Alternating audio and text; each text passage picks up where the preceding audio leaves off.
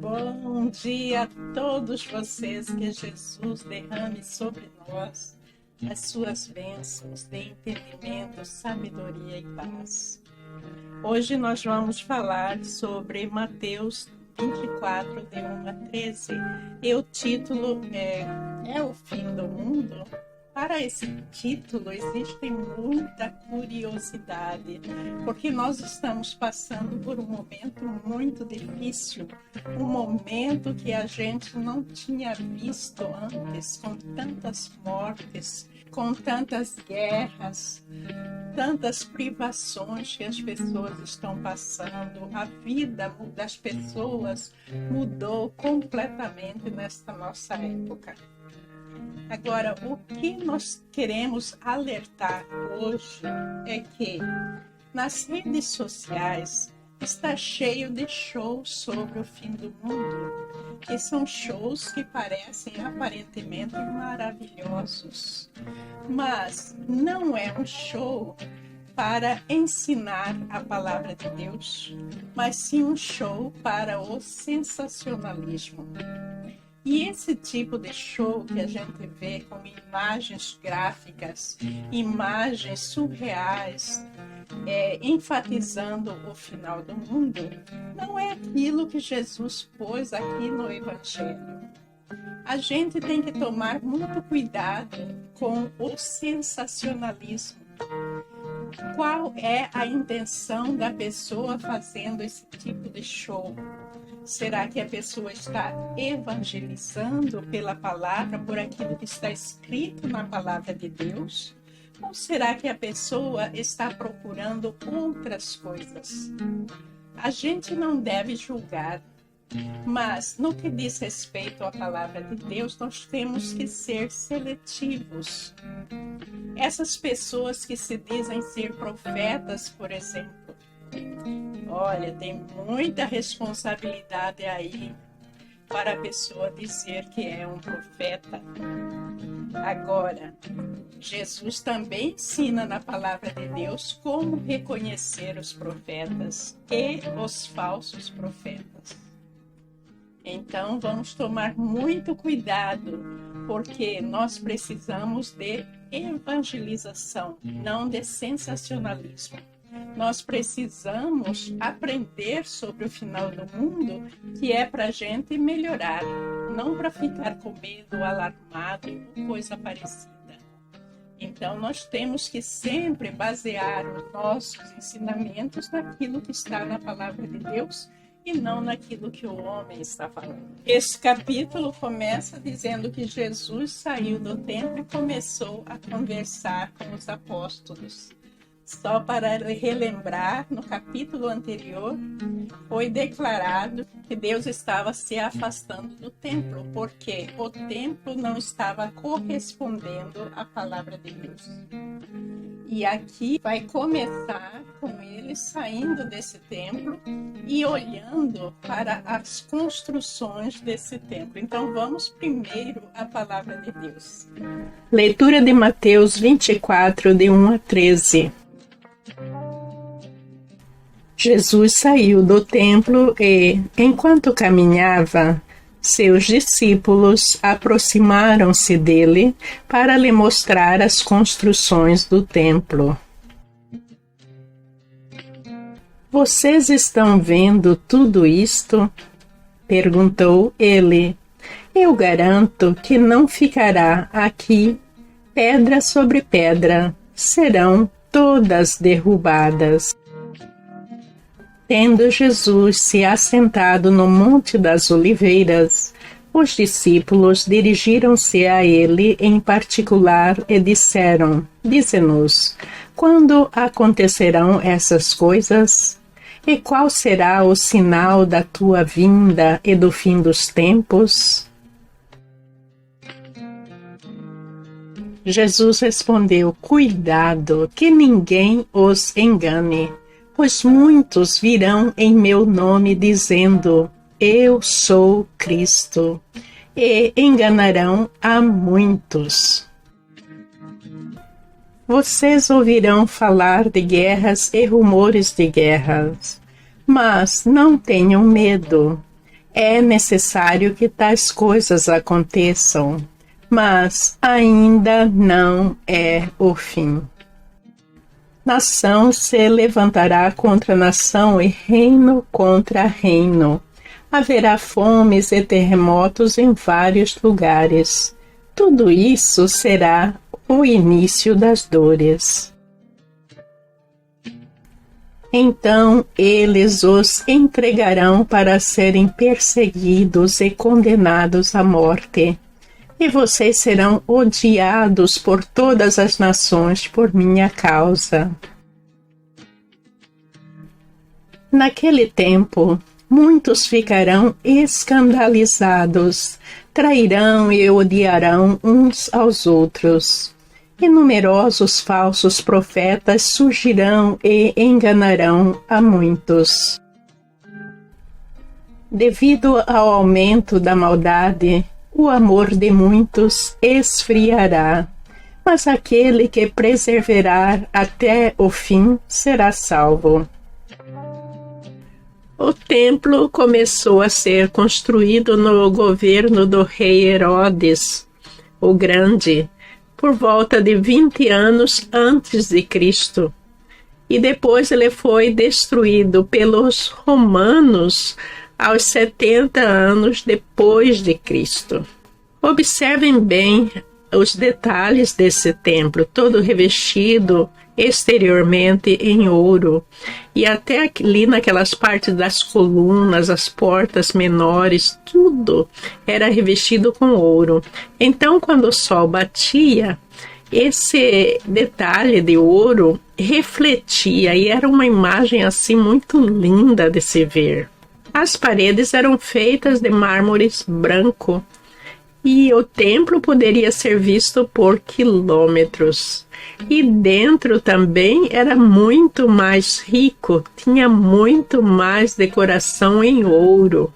Nós sabemos que esse mesmo templo ele foi totalmente queimado e veio aos escombros. Quem é que queimou esse templo? Esse templo foi queimado pelo general Tito, 70 anos depois de Cristo. O que é que ele fez? Ele construiu andaimes de madeira por volta de todo o templo e depois empilhou muitas outras madeiras e colocou um líquido inflamável e tacou fogo. E o fogo dizem que foi tão terrível que do templo não sobrou nada. E dizem os historiadores que todo esse templo foi peneirado para retirar todo o ouro que estava ali. O templo naquela época era do tamanho de uma pequena cidade, era muito grande. O Monte das Oliveiras estava localizado do outro lado do templo, com vista panorâmica a Jerusalém. Então os apóstolos estavam curiosos para saber quando tudo isso iria acontecer e quais os sinais do final dos tempos. Essa advertência de Jesus nós temos que levar muito a sério, porque é algo que nós estamos vivendo no dia de hoje. Muitos falsos profetas. E esses falsos profetas estão comandados pelas obras de Satanás. Para quê? Para desviar as ovelhas de Deus do caminho certo, para levá-las ao abismo. Essa advertência também nos leva ao conhecimento. A gente tem que conhecer que essas obras malignas existem, porque a verdade nos liberta. Ela nos liberta de todo o mal e nos traz para Deus. Então significa que nós devemos orar e vigiar. Vigiar, estar sempre alertas e nos defender contra isso. Vocês já se perguntaram por que é necessário que todas essas catástrofes aconteçam nos dias de hoje, antes do julgamento? Isso é uma coisa para se pensar, não é? Mas o que acontece é que tem muita gente, como antigamente, que estão distanciando de Deus. Há uma igreja paralela, uma igreja única, uma só igreja, em que Jesus é o cabeça. O que está existindo no mundo de hoje nessas igrejas, a idolatria está tomando conta, as artes satânicas, muitas igrejas, seitas, cultuando certos seres que não é Deus. Então, o primeiro mandamento da lei de Deus não está sendo cumprido: amar a Deus acima de todas as coisas. Isso é uma das coisas. E aí vem a desonestidade, a injustiça social, a promiscuidade sexual, a falsa profecia, os falsos profetas, a falsa palavra. E Jesus diz que haverá até um impostor dizendo que será o falso Jesus Cristo. Então veja que a dor nos faz amadurecer na fé. Nós vimos isso outro dia, que quem está imerso no pecado, somente pela dor que ela começa a se questionar e ver esse outro lado e buscar a palavra de Deus. Então, por exemplo, o problema da Covid. Quanta gente que nunca tinha lido a Bíblia se voltou para Deus.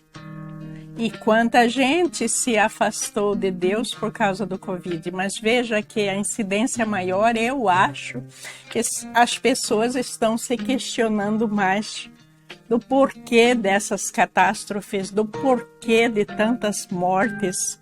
E daí aquela aceitação que vem obrigatoriamente para a pessoa. Nesse questionamento, a pessoa começa a encontrar Deus. E muitos vão aceitar a Deus como seu Salvador somente através do sofrimento. Então, que ninguém de nós espere esses momentos para aceitar a Deus. Vamos livremente aceitá-lo, vamos livremente seguir a palavra de Deus e fazer o que é certo. Mas os perversos e os impostores irão de mal a pior. Enganarão outros e eles próprios serão enganados. 2 Timóteo 3, versículo 13. Você, porém, deve permanecer fiel àquilo que lhe foi ensinado. Sabe que é a verdade, pois conhece aqueles de quem aprendeu. 2 Timóteo 3, 14. E Jesus vai além, falando que nação levantará contra nação, reino contra reino, haverá fomes, terremotos em vários lugares. Nada disso é mais novidade para nós, infelizmente. O tempo em que nós estamos vivendo é muito mau. Então nós devemos manter os nossos pés no solo de Deus e não retirar nem 1 milímetro. E Jesus está comparando com o início das dores, que começa muito suave, vai aumentando, até que o bebê nasça. Só que neste caso, não há bebê para nascer, mas Jesus vai retornar para julgar a humanidade. E a palavra fala que nesse tempo muitas pessoas ficarão escandalizadas e odiarão o seu próximo. O que é que isso quer dizer? É que muitas vezes existe à nossa frente coisas certas que nós consideramos pedra de tropeço. E muita gente acha que a palavra de Deus é uma pedra de tropeço. Por quê? Porque ela quer ficar no pecado. Dentro da própria igreja de Deus começam esses questionamentos e as pessoas umas se afastando da outra através da palavra. Mas a palavra de Deus, quando ensinada e aprendida verdadeiramente, ela deve unir os cristãos, porque nós pertencemos a uma só igreja. Então, como é que nós estamos distanciando do outro porque a pessoa está pregando a palavra de Deus? Aí, gente, quando a gente se depara com alguém que está pregando a palavra de Deus erroneamente, não significa que a gente deve aceitar. mas o nosso papel é ser pescador de homens. A gente deve esclarecer essa situação dentro da palavra de Deus, sem ódio, sem inimizade, sem nenhum problema. E daí existe o outro problema da animosidade entre as pessoas. Dentro da própria família, nós vemos pessoas que só encontram, por exemplo, em velório. Porque não querem saber de seus familiares. Eles não querem se envolver com a família de jeito nenhum, mas é uma família que nos foi dada por Deus. Se o seu parente bate a porta, muitas vezes a pessoa não quer convidá-la para entrar. Mas a gente não deve esquecer que a gente só nasceu naquela família com a permissão de Deus, não é? Então tem muita coisa aí que está nesse emaranhado por influência satânica, por influência do próprio ser humano que está distanciado de Deus. Então ele criou na sua cabeça a sua própria filosofia, a sua própria maneira de viver. E tudo isso não vem de encontro à palavra de Deus. Bendito aqueles que estão vivendo a lei do amor, porque se o amor esfria, eu disse ontem, não é amor, é pecado. É pecado. Pense bem sobre isso, porque o verdadeiro amor, aquele amor sublime que Deus nos ensinou, não tem como esfriar. Ele vai estar sempre na temperatura certa, balanceado, sem altos e baixos. Não é como a onda do mar, que hoje eu amo, amanhã não amo. Então vamos pensar sobre isso, gente. Mas o que é exatamente estar escandalizado? Significa que com tudo que está acontecendo, o Covid, por exemplo, as guerras, as enchentes, as pessoas continuam odiando, traindo as outras. Existe o escândalo. Por outro lado, o que Deus está nos pedindo é persistência na palavra, para que a gente não se escandalize. Como muitos estão fazendo, a gente vai persistir na palavra de Deus e continuar firmes no solo de Deus e não mudar. Prestem bastante atenção no último versículo de hoje. Jesus aí diz duas coisas muito importantes. Ele faz um aviso e daí ele faz uma promessa. Vocês perceberam o que é? Ele diz, mas aquele que perseverar até o fim é o aviso. Por quê? Ele quer que a gente persevere dentro da palavra, seguindo os seus ensinamentos até o fim. Aí, qual que é a promessa? Será salvo. E essa é uma promessa de Jesus Cristo que a gente deve agarrar com as duas mãos e fazer a sua vontade. Vamos arrepender dos nossos pecados, gente, aceitar Jesus como nosso Salvador e aceitar o nosso Deus único e ninguém mais. Vamos aprender a buscar a Deus em tudo, não buscar a outros seres que viveram aqui na terra, não. É a Deus, o nosso ser supremo, a Jesus Cristo, seu Filho, Pai, Filho e Espírito Santo, essas três pessoas em um. São essas três pessoas que nós vamos buscar. Um bom dia, que o seu dia seja maravilhoso e que seu coração esteja contente e em paz. Amém.